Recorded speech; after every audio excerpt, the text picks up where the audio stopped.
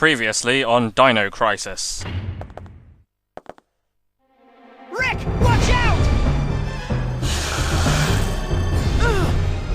Chew on this! And now the thrilling conclusion. Hello everyone and welcome back to Dino Crisis. If you recall, last time he rescued Tom and helped our good pal Rick on his quest to rescue Tom. And also we do the stupid crane puzzle. This door leads back to the backup generator room. We don't need to be here, so let's head on back. This is the room just outside the crane puzzle. There's an electric fence here, let's just disable that. One of the doors is locked from the other side for some reason, but I don't think we ever need to come back here again. But uh-oh! Dinosaur! In a sec. There we go. I don't know why it's so long before it comes out. No, I better mash these buttons! This. Oh man, he got electrocuted and now he's bleeding? Yeah, that's revolting. Well, I don't know why he'd bleed though. I can't really think of any ample reasons why he'd do that, but well, a shock like that must have really hurts a lot. Oh god, I know these puns are shockingly bad. I should probably pull the plug on them one day. Well, that's not gonna happen! Not in your lifetime! Anyway, let's head towards this medical room hallway and continue on exploring. Something's ahead. So here's a new enemy type. Tiny itty bitty dinosaurs. I don't know what the actual name for them is. It's kind of hard to tell. And the game I don't think actually tells you at all.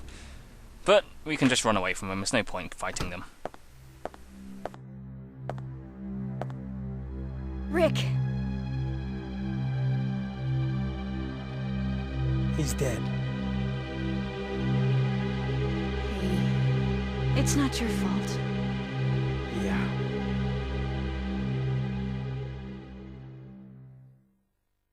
I'll be in the control room.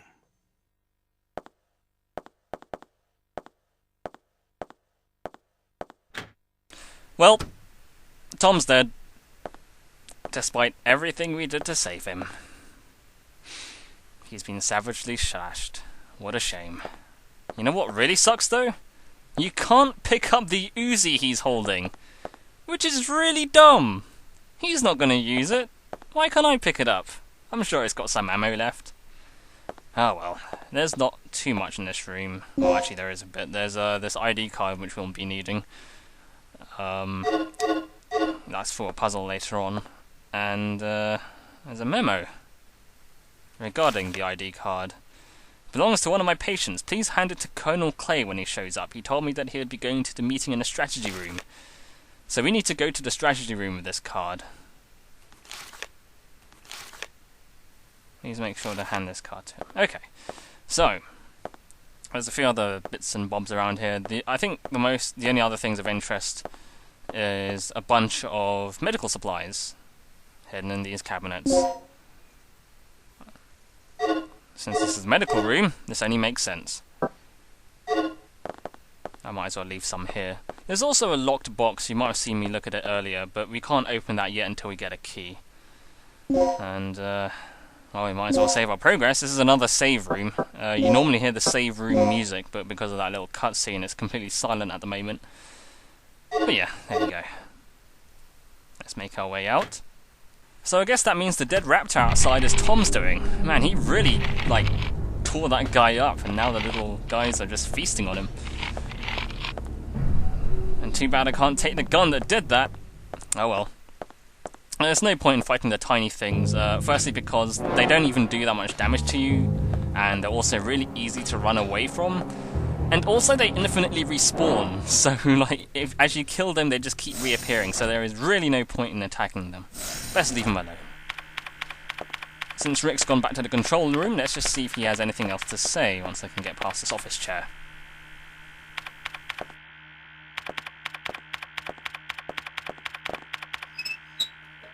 What? Oh, I don't see any signs of Doc here. Well, that's pretty much all he has to say. Well, since Tom's dead, I guess the only other thing now is just to do what Gail did and try and find Dr. Kirk. And that means trying to go to the lower floors. And the only way to access the lower floor is by the elevator.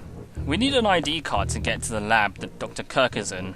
We have an ID card, but it's actually meant for the security room, as the memo implied. Now, doors that need ID cards are usually marked with the logo of the... oh no, there's like a red logo of the company. I forget the name of the evil corporation. It's not Umbrella, but it's something else. So it's just around this corner. Excuse me, don't mind me. Haha, sucker. Yeah, any door with this logo on it needs an ID card. And this is actually the strategy room. I don't think the map tells you, you're just supposed to know this. If you try to use this door before getting the card, it's just like, well, I need the ID card, and you won't be able to open it. There's some important things in here. For starters, here is Disc E. Something else around here. Nothing really interesting there. Idle status. Big giant computer screens. Right, so here's the important bit. A file for a meeting. Earlier in the week, there was a case in which someone used a terminal that rewrites the ID cards to gain unauthorized access. This person acquired the fingerprint data from a corpse of a staff member who had died in an accident. The problem is that the fingerprint collecting device can acquire usable fingerprint data even from a corpse.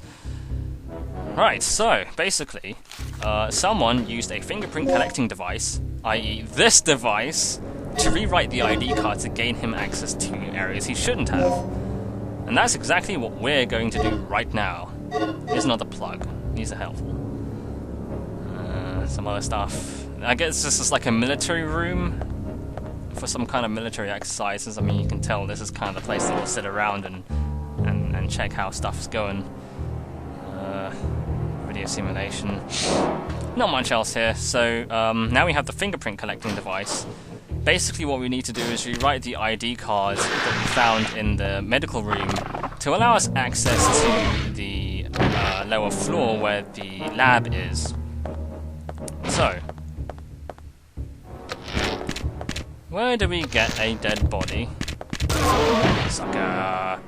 We just basically needed a dead body that had access to the labs and to rewrite it. So we just need to go back to an area we've been to before. It's like an office somewhere. This is the elevator we need to use to access the lower floor. But we don't have the right ID card at the moment. First, I'm just going to manage my inventory. I'm just going to fast forward through all this. Just got to free up some space, basically. Inventory management is a lot less confusing and cumbersome as like in Resident Evil, but you still have to keep an eye and just make sure you have a few slots extra in case you find some cool new items. And again, key items, you can always pick those up. It's just like supplies, like health and ammo that you got to be careful of. So, let's go rewrite an ID card.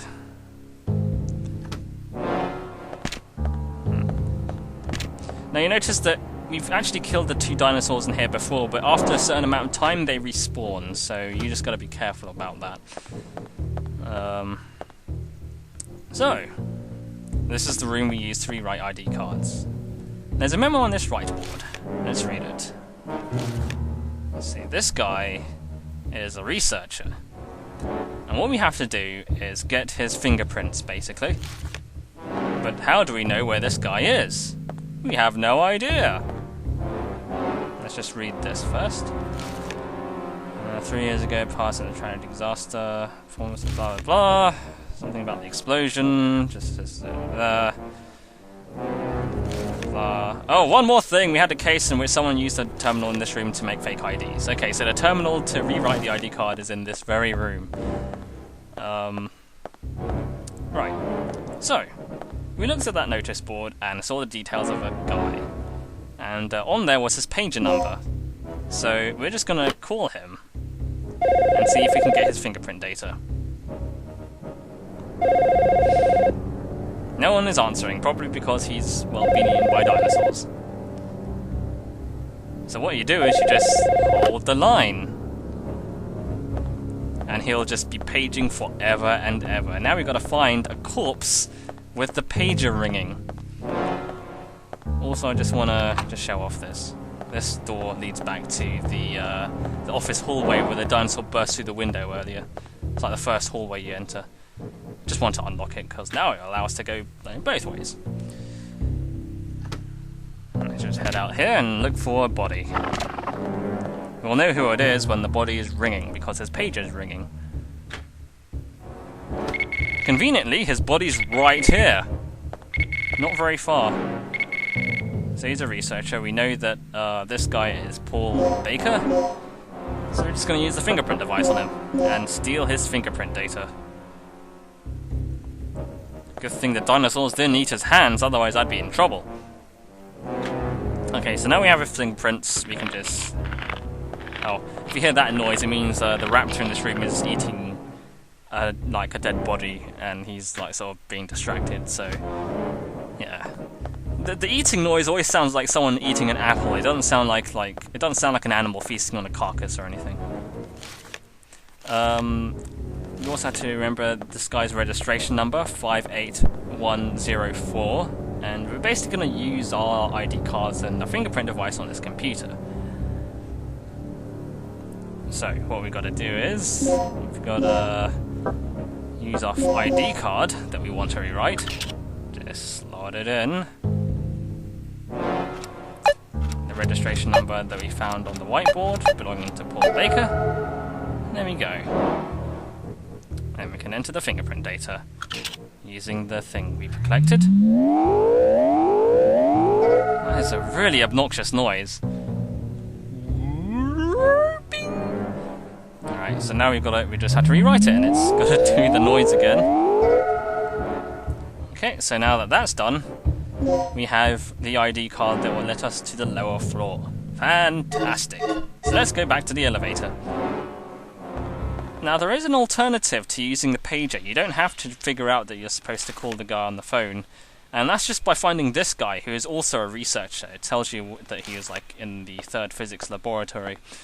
So you just use the fingerprint data on this guy, and you don't have to bother with the whole pager thing. The only difference is that this body is way outside, you know, in the front, outside the main lobby. So this body is a bit further away, so if you forget what, say, the registration number is, you have to backtrack all the way there. Whereas in this case, if you forget what the number is, you can just look in the whiteboard. So I guess it's just personal preference, really. It doesn't matter. Both will... Hi. Don't mind me. Both will let you into the... both will let you into the research area. So, let's use the elevator. Going down.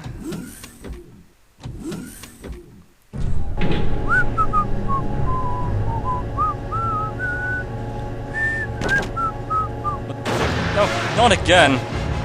Damn it. There's a lot of blood for this, but you actually take no damage if you succeed in a danger thing, so... whatever. Let's just look around here. Oh, a med pack, I'll leave that, I've got plenty of those. There's a memo here. Let's just read this while it's dinosaur trying to kill us. DDK has been updated, the more intricate code has been introduced, and the security level has been improved. You'll need to be aware of the following information when entering the password. In the case where numbers are written instead of the numbers in the key field, the numbers which could represent the codes could correspond to the characters. Here's an example of the corresponding chart between the letters and the code numbers: A equals 1, B equals 2, E equals 3, etc. Okay, let's go. It's dinosaurs on our ass. We've got to be fast. Okay, ow. Okay, let's go faster. You're not fast enough. You've got to avoid the dinosaur. Oh my god, let's take the anesthetic aid. No, we've got plenty of those. Holy shit, why are there so many of the anesthetic aids around? Come on, let's go faster. Yes, go around the corner. That way the dinosaur can't really get you. Hey, there's a map. We've got to download the map. Hey, let me download the map, because otherwise we're going to get the map. And we'll be lost. I mean, lost in these kind of games is bad. We've got to go fast. Okay, look, this dinosaur's looking at my ass. Okay, let's just go. Okay, we've got to access the door. So we've got to use the DDK system, so we've got to access this side panel. Subscribe. Good thing we have both the L keys. The L keys are found by Tom, and also in that room in the power generator next to Tom, not power generating the elevator room anyway. As that note was describing before, the letters in this case was describing the letters. So 3 is equal to C and 4 is equal to D, etc. So basically it's just a long-winded way of just doing the same puzzle. And if you figure out the puzzle, it basically works out as the laboratory. So I'm just gonna speed this up here because this is kind of dumb. Yeah. I had to write down what each number meant because I couldn't memorize it in my head for some reason. You get what I mean, right? Like, it's basically numbers instead of letters. It's the exact same puzzle. Okay, done. Okay, we've got to go unlock the door. Quick! Ow! Oh no, I'm on the floor. Get up, Regina. Get up. Hurry! Get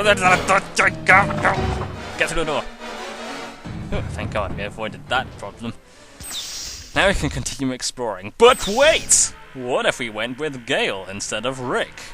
Well, it really affects the order in which you do things. So if you select help Gail and then try to follow Rick, Regina says no.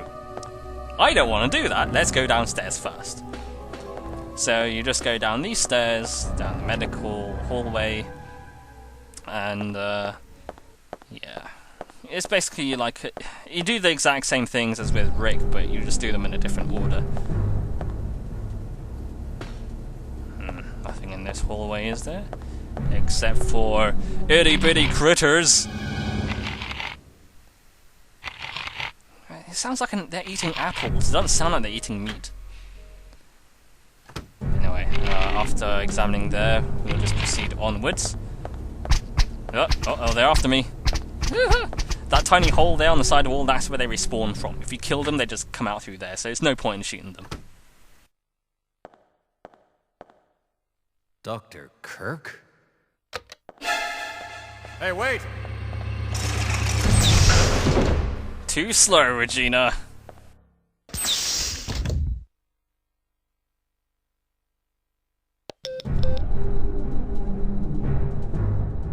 Regina, are you there?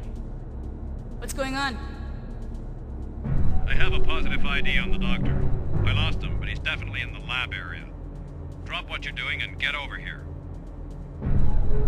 I can see an elevator from here. Maybe I can use that to go down from the first floor. So that's exactly what you do. You do the exact same thing we did. We find the guy's fingerprint, we access the guy's ID card, and then we have to go down the elevator. Except there's one slight problem. You see, if you do this bit first, after the dinosaur stops killing us out of the way, you piece of shit, we just go and let's just open this door. And let's just open the door. Yes. Uh-oh, we don't have the L key cards. Where the hell is the L key card, you say? Well, if you remember back in the crane room where we did the stupid puzzle, there was a dead body with a journal that said exactly where they were. Tom had one, and another one was left by the elevator room. So you have to actually go back to where Rick was. You have to go outside and look for Tom. And if you remember, Rick said you said he was by the exit. So you basically just do the first bit you did when we were helping Rick, if that makes sense. Rick here. I found Tom. And? I was too late. He didn't make it. You did what you could. I'm back in the control room right now. I'm going to continue working on the system. Well, without Regina's help, Rick didn't apparently know what to do, and Tom died. So you go to the room where you meet Rick and Tom, and, well, Tom's still there, except he's, well, dead. Although for some reason Rick didn't think it was important to collect the key cards. They're both still here, you just had to pick them up from, Tom's dead body. And then you have to do the, the whole, the stupid pipe puzzle again, just to get the elevator working. And then, then we just go back to here, and then you use the key cards to open the door, and everything's hunky-dory. So, as you can see, it doesn't matter which path you choose, they both wind up in the same place. And it doesn't affect the ending in the slightest. Now I hear dinosaurs, so it's best to proceed with caution. You can tell Regina's looking at a dinosaur as well. Unfortunately, fixed camera angles means we can't see the dinosaur for shit! So we're just gonna wait until he bumps into the laser. Any second now.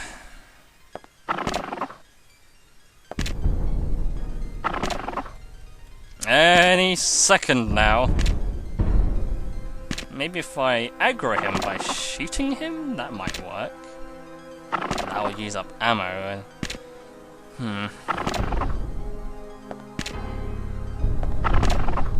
Where the heck?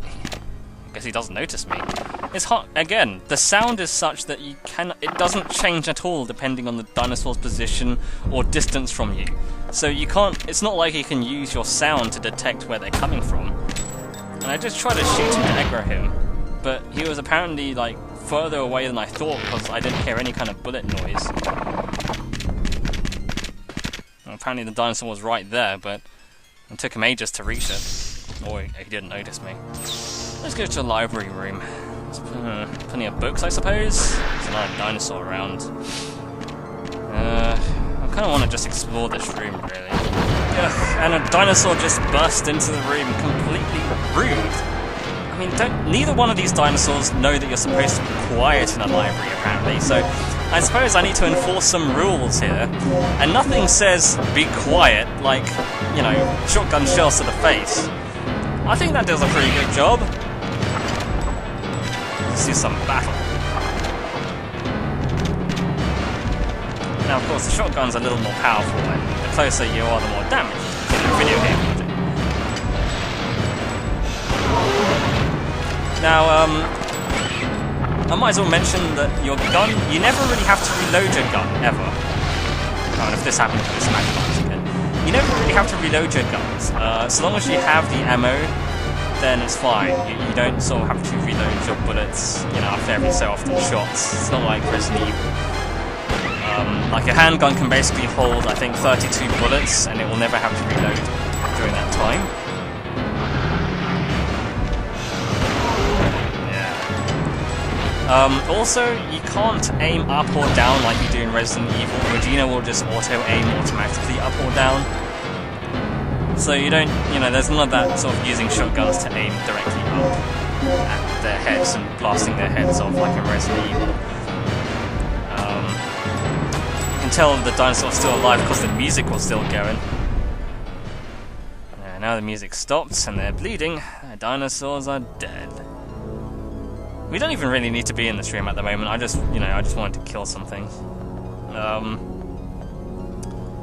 Right. There's not really much in this room. There's no point in searching every single one of these shelves, you know, categorically or in order, because that's just kind of dumb. Let's just continue on, I suppose. Oh, and also they're all electronically locked. I probably should have mentioned that. So we need to find a way of unlocking them.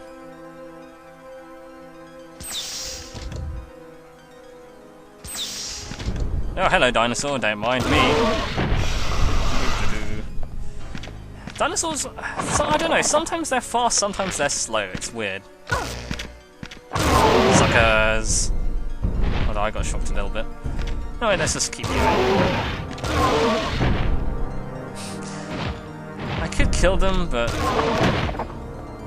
it's just kind of funny watching them hit that laser wall over and over. They never learn. They really never learn. Silly dinosaurs. Aha, a key. The other disc E. Now we have both keys for the E door, which should be handy in a bit.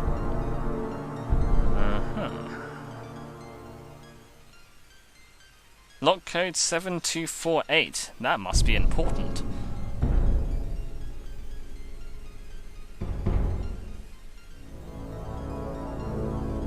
Maybe it's for this door right here.